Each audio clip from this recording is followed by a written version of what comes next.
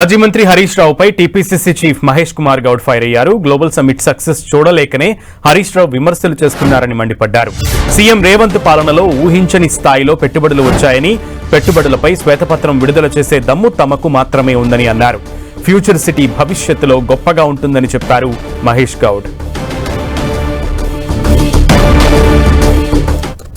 లక్షలకు పైగా కోట్ల రూపాయలు పెట్టుబడులు వస్తున్నాయంటే 5.75 లక్షల కోట్ల పెట్టుబడి వస్తుందంటే ఇట్స్ ఎ గ్రాండ్ సక్సెస్.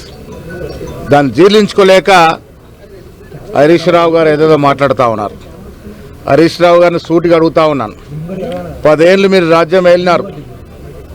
10 ఏళ్ల కాలంలో మీరు తెచ్చిన పెట్టుబడులు ఎంత, మీరు తెచ్చిన విదేశీ పెట్టుబడులు ఎంత, మీరు తీసుకొచ్చిన గ్లోబల్ కంపెనీలన్నీ, మీరు నెలకొల్పిన కంపెనీలన్నీ, మీరు ఇచ్చిన ఉద్యోగాలన్నీ,